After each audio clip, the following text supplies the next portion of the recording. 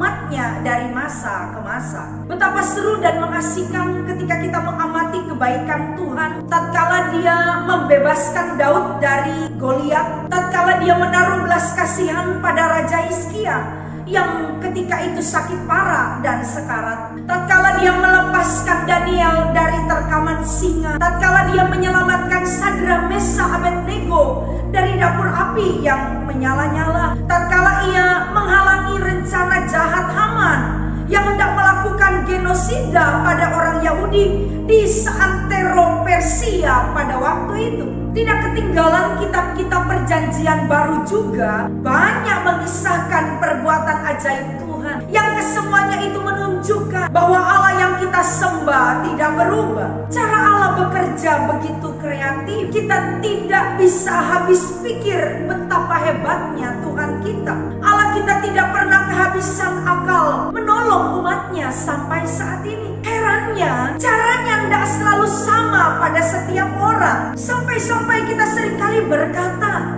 ya ampun, kok bisa ya? Aku gak kepikir loh, Tuhan kok bisa nolongnya dengan cara ini. Berapa kali dalam hidup kita terheran-heran dengan pertolongan Tuhan, dan kita berkata kok bisa ya?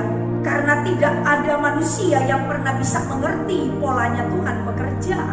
Tetapi Tuhan tetap bekerja. Di masa kini kita memang tidak berjalan di tengah air laut Teberau yang terbelah menjadi dua. Kita tidak dilepaskan dari 10 tulah yang menimpa orang Mesir. Kita tidak makan mana seperti orang Israel selama 40 tahun di padang gurun. Tapi kita punya cerita sendiri bersama Tuhan. Keluarga kita punya cerita sendiri bersama Tuhan. Gereja kita punya cerita sendiri bersama Tuhan. Karena berjalan bersama Tuhan pasti ada saja cerita serunya. Alkitab memberikan penegasan bahwa Allah bertindak pada saat umatnya menaikkan doa dengan penuh kesungguhan kepadanya. Doa adalah pintu yang memberikan kesempatan kepada Allah untuk menjalankan rencananya dalam hidup umatnya. Karena doa adalah bentuk penyerahan total kita pada pengaturannya.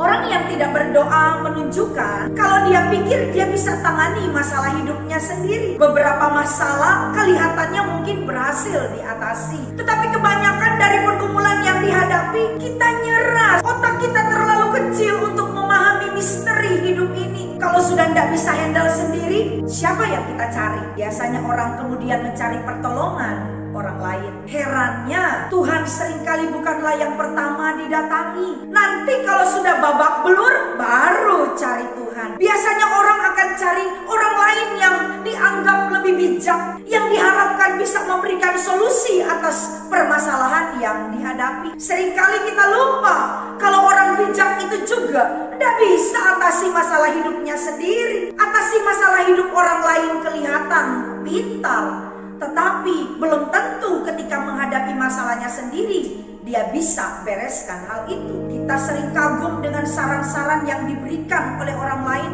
yang membuat kita mikir, kenapa ya kalau ngomong sama dia masalahku kok kayaknya gampang diatasi, tapi aku sendiri kok merasa masalahku ribet dan tidak ada jalan keluar. Saya tidak mengatakan bahwa kita tidak perlu orang lain untuk diajak tukar pikiran. Saya tidak mengatakan bahwa kita tidak perlu orang lain. Kita butuh dukungan sahabat, kita butuh saudara seiman, kita butuh orang-orang di sekitar kita. Tetapi terkadang ketika masalah datang, manusia sering terkagum dengan cara orang lain menangani masalah hidupnya yang belum tentu bisa berhasil, dan tidak merasa perlu Tuhan yang mempunyai hidup untuk diajak terlibat.